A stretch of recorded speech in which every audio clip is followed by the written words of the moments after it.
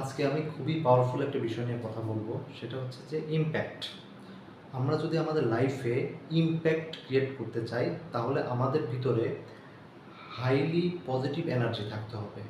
আমাদের ভিতর যত বেশি আমরা আমাদের পজিটিভ এনার্জি ডেভেলপ করতে পারবো আমাদের ভিতরে, তত বেশি আমরা ইমপ্যাক্ট তৈরি করতে পারবো।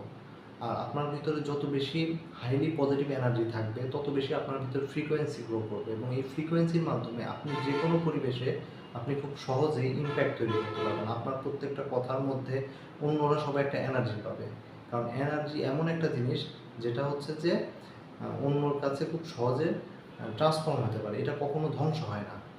সুতরাং আমরা যদি আমাদের লাইফে এটাকে কন্টিনিউ করতে চাই, তাহলে আমাদের কিছু হ্যাবিট গ্রো করতে হবে।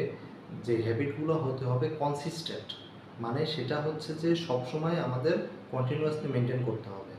আমরা যখন সেটা কন্টিনিউয়াসলি মেনটেন করবো, আমাদের যে কোনো অভ্যাস, যেমন হচ্ছে আমি নামাজ পড়ছি, এটা 5 ওয়াক্ত প্রতিদিন পড়তে হবে। আমি যে কোনো কাজ করছি, আমি বই পড়ছি, বইটা প্রতিদিন পড়তে হবে।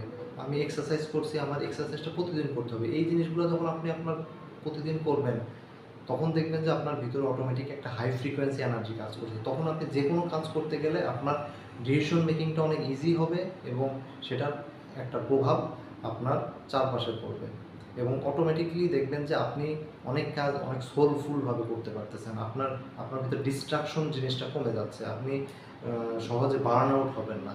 তো এই জন্য হচ্ছে যে আমাদের হ্যাবিট বিল্ডিং করতে হবে, এবং এই হ্যাবিট বিল্ডিং করলে আমাদের লাইফে একটা ইম্প্যাক্ট তৈরি করতে করতে পারবো, এবং এটা একটা মানে জাস্ট একটা ম্যাজিক পিলের মতো কাজ করবে। মানে এটা আপনি কী ধরনের রেজাল্ট আসবে আপনি কখনো কল্পনাও করতে পারবেন না।